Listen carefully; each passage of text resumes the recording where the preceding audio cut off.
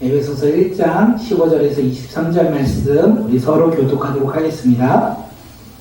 이로 말미암아 주 예수 안에서 너희 믿음과 모든 성도를 향한 사랑을 나도 듣고 내가 기도할 때 기억하며 너희로 말미암아 감사를 잊지 아니하고 우리 주 예수 그리스도의 하나님 영광의 아버지께서 지혜와 계시의 영을 너희에게 주사 하나님을 알게 하시고 너희 마음의 눈을 밝히사 그의 부르심의 소망이 무엇이며 성도 안에서 그 기업의 영광의 풍성함이 무엇이며 그의 힘의 유력으로 역사하심에 따라 믿는 우리에게 베푸신 능력의 지극히 크심이 어떠한 것을 너희로 알게 하시기를 구하노라.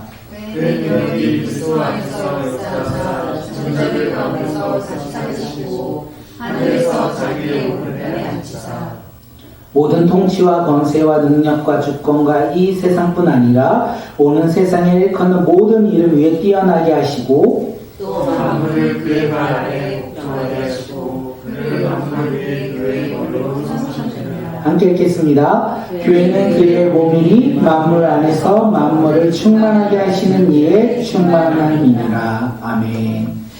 오늘도 꿈꾸는 예배 오신 모든 분들 주님의 이름으로 환영하며 서로 사랑하며 서로 위로하는 믿음의 자녀들이 바로 우리 꿈꾸는 공동체가 되길 소망합니다. 제가 달란트 잔치 오면서 기대함이 있었습니다. 제가 달란트 잔치를 오면서 어떤 기대함이 있었냐면 우리 아이들이 선물을 들고 집에 돌아가는 것도 기대했지만 그들의 마음 가운데 예수 그리스도 놀라우신 이 세상의 최고의 선물이신 예수님을 마음속에 품고 돌아가는 것을 기대하며 예배 가운데 나왔습니다. 저는 소망을 가지고 그 자리에 나왔어요. 그리고 주님은 분명 저의 기대와 소망 가운데 역사하시고 일하신다는 것을 믿습니다. 우리 아이들이 그 삶으로 돌아가 예수 그리스도를 바라보며 믿음 가운데 변화될 것을 저는 기대하며 소망하며 기도합니다. 이렇게 우리가 예배 가운데 기대와 소망이 있었으면 좋겠습니다. 오늘 우리는 어떤 기대와 소망으로 이 자리에 오셨습니까? 우리는 어떤 기대를 가지고 이 예배 자리에 나왔습니까? 이 기대와 소망이 분명히 이루어질 것이에요. 왜냐하면 주님이 예배하신 예배 가운데, 주님이 임재하신 예배 가운데 기대함과 소망이 있다면 우리의 모든 것을 아시는 그 주님께서 분명 응답해 주실 것이기 때문에 그렇습니다. 그렇게 우리의 예배 자리에 나올 때마다 기대함과 소망을 가지고 나오시는 믿음의 공동체들이 되길 바라며 또한 집으로 돌아갈 때 우리는 마음속에 두 가지를 품습니다. 하나는 하나님의 나라이고 하나는 복음입니다. 하나님의 나라와 복음을 예배 가운데 우리가 들음으로 말미암아 품고 그 삶으로 돌아가 그곳에서 담대하게 거침없이 언제나 전하는 삶, 증거하는 믿음의 삶이 바로 오늘 우리의 삶이 되길 간절히 소망합니다. 저는 이것을 기대하며 이 자리에 나왔습니다. 이것을 소망하며 이 자리에 나왔습니다. 어떤 기대와 어떤 소망을 가지고 나오셨습니까? 분명 응답할 것이라는 확신을 가지고 우리 함께 주님 앞에 나아가는 귀한 시간 되시길 바라겠습니다. 하나님께서 오늘 우리에게 주신 말씀의 제목이 있습니다. 바울의 기도. 우리 함께 제목 읽겠습니다. 시작. 바울의 기도. 오늘 말씀을 준비하면서 말씀을 준비하는데 너무 긴 거예요. 준비가 제가 원래 설교 분량이 있는데 그걸 넘기면서도 아직 반도 못한 거예요. 그러면 제가 이걸 다 쓰면 분명 이제 설교 끝나면 혼날 수 있으니까 제가 은혜롭게 여기까지 하고 후반부는 다음 주에 해야 되겠다라는 생각이 들었습니다. 그래서 오늘 본문은 오늘과 내일 다음 주에 함께 나누고자 합니다. 그래서 들은 말씀을 갖고 우리가 순종하며 또한 들을 말씀을 기대하며 한 주간 살아가는 믿음의 공동체가 되시길 바라겠습니다. 저 잘했죠? 네. 사도 바울은 에베소에서 하나님의 뜻으로 말미암아 그리스도 예수의 종된 사도 바울 이렇게 자신을 소개해요. 그리고 에베소 성도들에게 뭐라고 합니까? 우리를 향한 하나님의 구원의 계획이 창세 전부터 이미 예정되었다 이야기하지 않습니까? 그리고 이미 예정된 이 구원의 계획을 예수님이 이루셨다 이렇게 선포했어요. 또한 성령님은 구원받은 우리와 함께 언제나 함께 계심으로 말미암아 우리의 구원의 보증이 되셨다. 사도 바울이 에베소서 1장에서부터 15절까지 함께 이야기했던 내용입니다. 그리고 우리가 읽은 본문이 그 다음 이야기인데, 사도 바울은요, 에베소 성도들이 주 예수 안에서 너희의 믿음과 모든 성도를 향한 사랑을 내가 들었다. 주 예수 안에서 너희 믿음과 모든 성도를 향한 사랑을 내가 들었다. 다시 말해서 사도 바울이 들은 에베소 성도들의 믿음과 사랑은 그들로부터 시작된 것이 아니라 주 예수 안에서 시작되었고 이루어졌다는 것을 사도 바울이 이야기하고 있습니다. 에베소 성도들의 믿음은 어디에서 시작됩니까? 주 예수 안에서. 그들의 사랑은 어디에서부터 시작됩니까? 주 예수 안에 있는 믿음으로 말미암아 그들이 사랑했다는 것을 이야기하고 있어요. 오늘 우리의 모습도 이와 동일하다 생각합니다. 우리의 믿음은 나로부터 시작됩니까? 내가 믿어야지, 내가 주님을 따라야지 해서 우리가 믿고 따르는 것입니까? 그것이 아니라 우리는 알고 있어요. 주 예수 안에서 우리가 이미 그 구원의 믿음을 시작했다는 것을 알고 있습니다. 우리의 믿음은 나로부터 시작된 것이 아니라 주 예수 안에서 하나님의 은혜로 인하여 우리의 믿음은 시작되었고, 우리는 그 은혜를 날마다 감격하며 기뻐하며 살아간다는 것을 우리는 날마다 고백하며 살아갑니다. 그렇게 고백하시나요? 내가 예수님을 믿는데 주님 안에서 내가 주님을 믿는 것이지, 하나님이 나에게 은혜 주셨기에 내가 믿음으로 살아가는 거지, 그것이 너무 감격스럽고 기쁘기에 내가 날마다 주님 앞에 그 감격과 기쁨을 고백하며 살아가지. 이렇게 사셨죠. 또한 이렇게 살 것이고, 또한 내일 우리는 이렇게 살 것입니다. 우리의 믿음은요, 알 수 있는 것이 뭐냐면 주 예수 안에서 하나님의 은혜로 시작된다는 것입니다. 우리가 믿음으로 끝나는 것이 아니라 우리가 그 주 예수 안에서 믿음을 소유했다면, 사도 바울이 에베소 성도들에게 얘기해요. 뭐라고요? 너희가 성도를 사랑했다. 너희가 주 예수 안에서 믿음을 소유했기에 성도를 바라보며 서로 사랑했다. 이렇게 이야기한 게 16절의 이야기라는 거예요. 내가 스스로 제가 날마다 말하죠. 우리가 서로를 사랑하면 좋겠다. 기도하면 좋겠다. 그런데 그 사랑과 기도는 내가 할 수 없다는 거예요.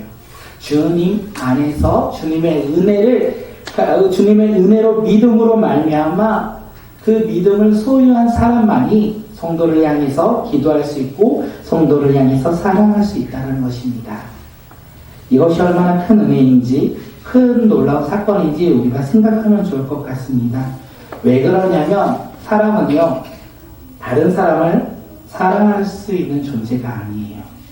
다른 사람을 우리는 판단하고 비판하고 미워할 수는 있지만 그를 사랑하기는 참으로 어려운 것이라는 거예요. 그렇기에 우리는 다른 사람을 어떻게 해요? 미워하는 존재라는 것을 성경은 이야기합니다. 우리 디도서 3장 3절 앞에 화면 보고 함께 읽도록 하겠습니다. 시작. 우리도 전에는 어리석은 자요, 순정하지 아니하는 자요, 속은 자요, 여러 가지 정욕과 악독과 투기를 자증스러운 자요, 피차 미워하는 자였으나, 우리도 전에는 피차 미워하는 존재였으나, 디도서 말씀처럼 우리는 사랑하는 존재가 아니라 서로 피차 미워하는 존재라는 거예요. 그래서 남편이 너무 사랑스럽다가도 미워할 때가 많이 있지 않습니까? 미움이 가득할 때가 있다는 거예요. 왜 미움이 가득합니까? 우리는 그런 사람이기 때문에, 그런 존재이기 때문에 그렇습니다. 그런데 사도 바울이 에베소 성도들을 향하여 이야기하고 있어요. 주 예수 안에서 하나님의 은혜로 인하여 믿음으로 말미암아 변화된 너희는 이제 미워하는 존재가 아니라 이제 사랑하는 존재로 변화되었다. 너희 성도들은 서로 사랑하는 이유가 너희의 사랑이 아니라 주 예수 안에 있는 믿음으로 말미암아 주님의 성품이신 그 사랑을 소유하였기에 이제 서로를 사랑하는 존재로 변화되었다. 너희의 노력과 너희의 행위와 너희의 힘으로 한 것이 아니라 주 예수 안에 있는 하나님의 은혜로 말미암아 그들의 삶에 일어난 기적이 바로 사랑이다. 이렇게 이야기하고 있습니다. 이 사실을 믿으십니까? 사랑을 내가 할 수 없고 하나님의 성품이라는 것을 우리는 믿으십니까? 우리가 믿고 주님을 바라보는 믿음의 자녀들이 되시길 바라겠습니다. 우리가 주님이 주신 그 믿음 안에서, 주 예수 안에서 그 사랑으로 성도를 바라볼 때 우리는 사랑할 수 있는 거예요. 그런데 내가 내 의지와 내 힘으로 우리가 성도를 바라보면 어떻게 해요? 쟤 아직도 저러고 있네요. 쟤는 언제 열심히 하지? 언제까지 저 상태에서 머무르지? 이렇게 비판하고 판단하는 것이 아니라 서로 감싸고 서로 살아가는 믿음의 자녀로서 변화된다는 것입니다. 우리 이 시간 옆 사람을 바라보며 이렇게 한번 고백하겠습니다. 당신을 사랑합니다. 우리 함께 고백하겠습니다. 시작. 사랑합니다. 당신을 사랑합니다. 당신을 사랑합니다. 이 말씀 안에는 뭐요? 주 예수 안에서 믿음으로 말미암아 당신을 사랑합니다. 당신을 위해 기도하겠습니다. 당신을 내가 더욱더 섬기겠습니다. 이렇게 고백하신 거 맞으시죠? 네, 우리가 이렇게 고백하면 서로를 바라보는 믿음의 공동체가 되길 바라겠습니다. 네, 집에 가서 한 번씩 해봐야 되겠네요. 우리 함께 에베소서 1장 16절 우리 말씀 함께 읽겠습니다. 시작. 내가 기도할 때 기억하며 너희로 말미암아 감사하기를 그치지 아니하고. 사도 바울은 자신이 기도할 때 에베소 성도들의 일들을 내가 기억하겠다. 그리고 기억에 그치지 아니하고 어떻게 해요? 감사하겠다. 감사의 기도를 내가 드리겠다. 이렇게 이야기해요. 사도 바울이요 에베소 성도들과 교회를 바라보며 환경과 상황, 그들의 행함과 그들의 그 일들을 바라보며 기도했던 것이 아니라 지금 무엇을 바라보며요? 주 예수 안에서 하나님의 은혜로 말미암아 행한 믿음을 듣고 그들의 사랑을 보았기에 사도 바울이 기도할 때마다 내가 감사하겠다 이렇게 생각합니다. 고백했죠. 생각해보면 에베소 교회는요 항상 은혜롭지만은 않았어요. 왜 은혜롭지만은 않았냐면 유대인과 이방인의 성도들이 서로 하나 되는 것이 아니라 서로 분열된 모습으로 나뉜 것을 우리는 알 수 있습니다. 또한 성도들의 삶이요 사실 그들의 삶 속으로 돌아갔을 때 하나님의 자녀로서 거룩한 삶을 살지 못한다는 것을 3절부터 6절까지 이야기를 해요. 다시 말해서 에베소 성도들의 삶의 환경과 모습은요 거룩한 모습이지 않았다는 것을 우리에게 이야기합니다. 그런데 사도 바울이 지금 그들을 향하여 무엇이라고 얘기합니까? 내가 기도할 때 끊임없이 포기하지 않고 감사의 기도를 내가 드리겠다. 에베소 성도들을 바라보며 기도할 때 내가 감사의 기도를 드리겠다. 이 말씀을 보아 우리의 감사를 다시 한번 되짚어보면 알 수 있어요. 우리는 언제 감사하십니까? 우리가 감사할 때는 그냥 평균적으로 보편적으로 보면 잘 될 때, 행복할 때 우리는 감사를 합니다. 그리고 기도할 때, 기도하는 기도 제목이 이루어질 때 우리는 감사하기도 합니다. 눈을 조금 들어보면 주변에 있는 사람들을 바라볼 때 로또 사는 사람들이 그렇게 많아요. 그런데 2등 되면 감사하지 않아요. 너무 화를 내요. 하나만 내가 다른 걸 정확하게 했으면 내가 1등이 됐을 때 이러면서 화를 내요. 그래서 로또 2등은 감사를 하지 아니하고요. 로또 1등은 감사합니다. 그리고 직장에서 승진받고 인정받을 때 감사하기도 하고요. 우리 학생들은요, 공부하지도 않았는데 성적이 너무 잘 나왔어. 와, 내가 공부하지 않았는데, 야, 어떻게 이런 좋은 성적을 가졌을까? 이렇게 할 때 우리는 감사하기도 합니다. 또한 원하는 것을 이룰 때 우리는 감사를 고백하기도 하죠. 이 감사는요, 누구나 다, 세상 사람들 모두 다 할 수 있는 감사입니다. 그런데 생각해보면, 우리가 원하는 것을 이루어졌습니다. 로또 1등이 되었어요.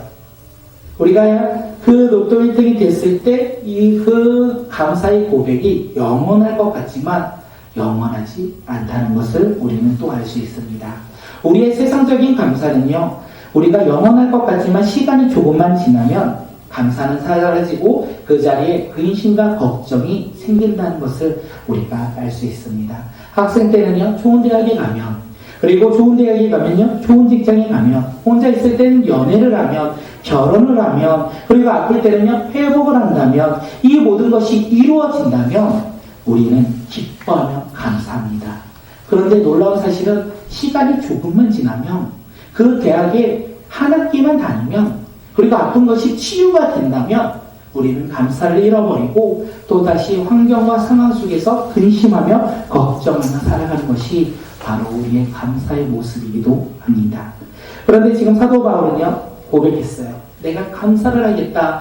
환경과 상황이 변할지라도 나는 변함없이 끝까지 감사하겠다 이렇게 고백한 거예요. 이 감사가 구약시대의 다윗 같은 감사죠. 다윗은요 수많은 고난과 환난 속에서도 두려움 속에서도 죽음 앞에서도 그는 감사했어요. 시편 23편에 주는 나의 목자시요 내게 부족함이 없으리로다. 그가 나를 푸른 초장에 누이시며 실만한 물가로 인도하시는도다. 이렇게 고난과 환난 속에서도 그는 자신을 인도하신 그 하나님을 바라보며 어떻게 해요? 감사를 고백해요. 사도 바울도 복음을 전하다가 수없이 고난 가운데 놓였습니다. 죽을 길을 수없이 넘겼어요. 그리고 감옥에 수없이 갇히게 됩니다.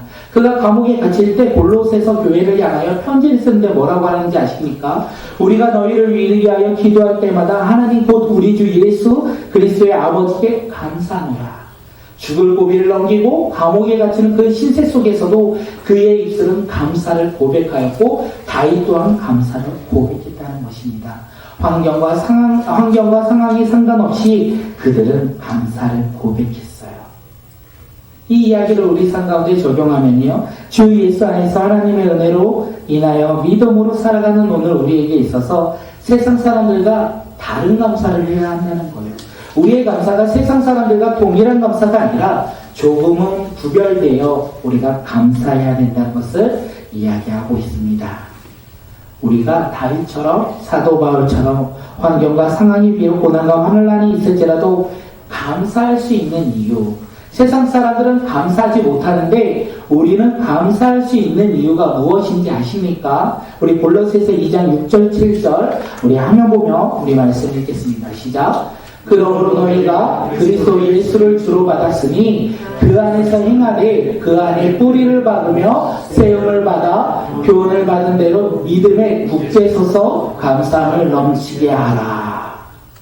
그리스도 예수를 주로 고백하며 또한 그 안에 뿌리를 박고 세움을 박아 교훈을 받은 대로 믿음에 굳게 설 때 주 예수를 주로 고백하며 그 믿음에 굳게 설 때 우리는 환경과 상황을 바라보지 아니하고 주 예수 안에서 하나님의 은혜로 말미암아 우리는 감사할 수 있다라는 거예요.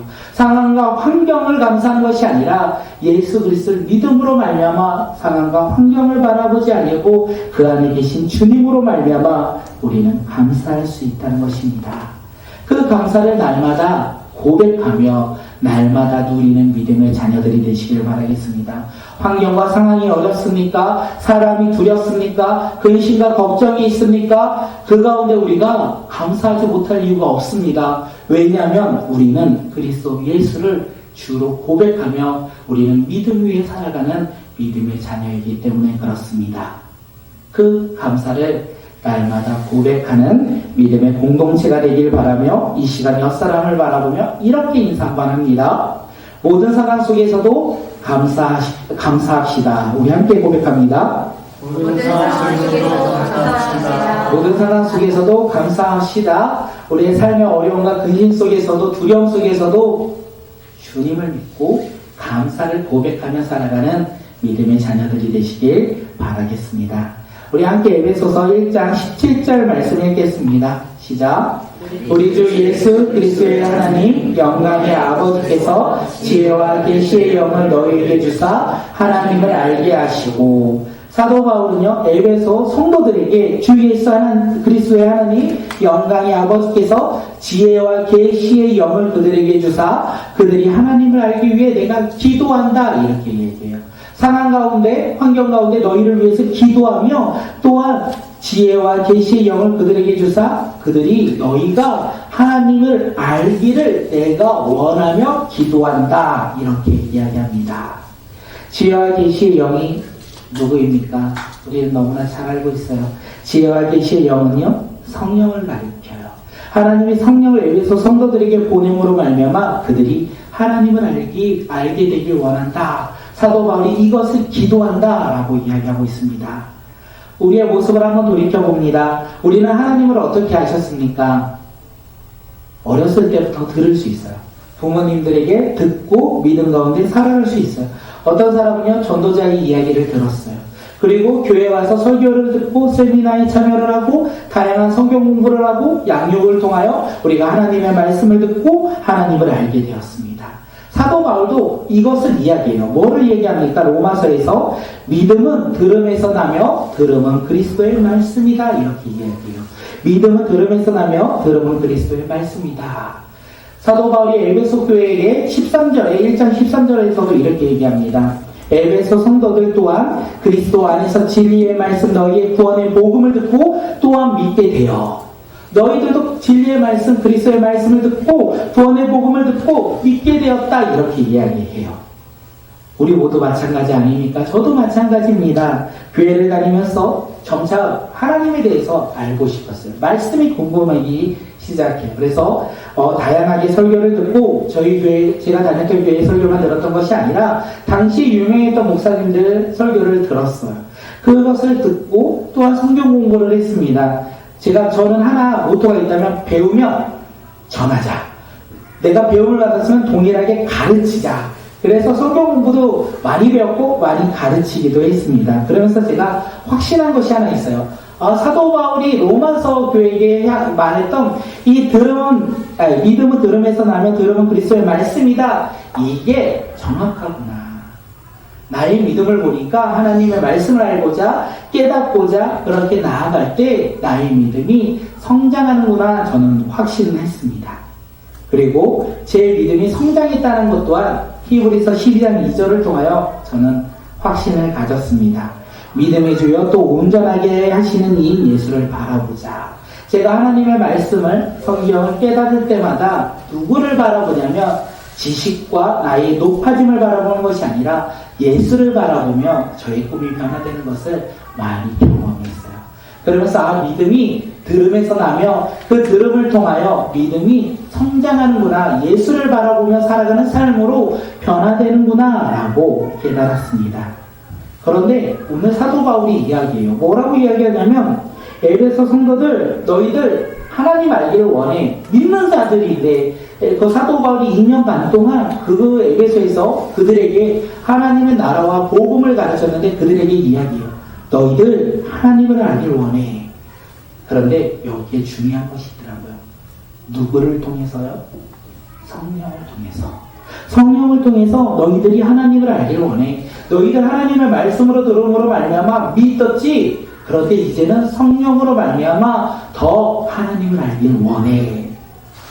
사도 바울은 그리스도 안에서 진리의 말씀을 듣고 믿음을 가지고 살아가는 것이 끝이 아니라 그것이 새로운 시작이라는 것을 얘기합니다.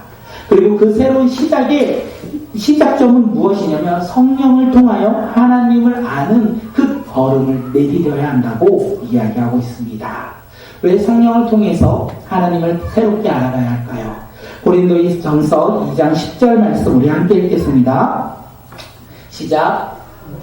하나님이 성령을 저희에게 보이셨으니 성령은 모든 것 곧 하나님의 깊은 것까지도 통달하시느니라. 아멘. 성령은 하나님의 영이시며 하나님의 모든 것을 알고 계시는 분. 성령을 통해 우리는 하나님을 알 수 있다는 거예요. 우리의 지식이 아니라 하나님의 마음을 깨달을 수 있다는 것을 사도 바울이 지금 에베소 성도들에게 이야기합니다.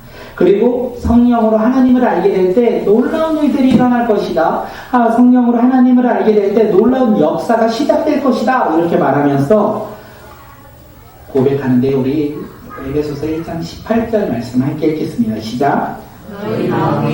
밝히사 그의 부르심의 소망이 무엇이며 성도 안에서 그 기업의 영광의 풍성함이 무엇이며 성령으로 하나님을 알게 될 때 마음에 드는 풍성함이 무엇이며 성령으로 하나님을 알게 될 때 마음에 눈을 여셨대요. 밝히셨대요. 어둠 가운데 빛을 비추게 해주셨대요. 그리고 깨닫게 해주신대요. 세 가지인데요. 첫째는요, 부름의 소망이고요. 두 번째는요, 기업의 영광의 풍성함이고 19절에 이야기하는데 능력의 지극히 크심을 알게 하신대요.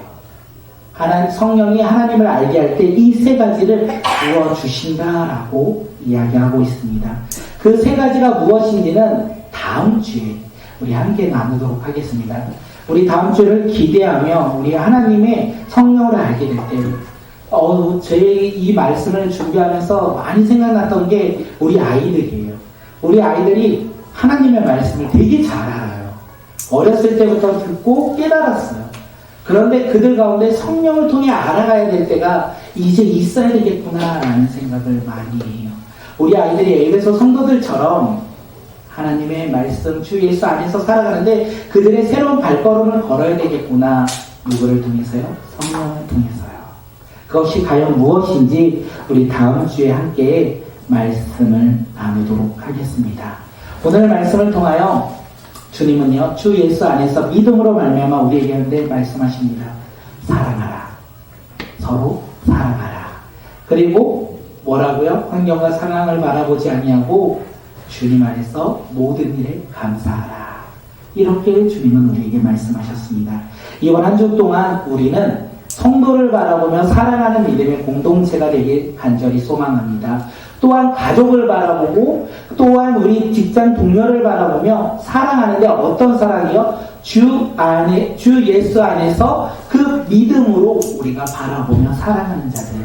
그리고 우리가 어떤 감사요? 주 예수 안에 있는 믿음으로 말미암아 감사하며 살아가는 믿음의 자녀들이 바로 오늘 우리 모두가 되길 간절히 소망합니다. 그래서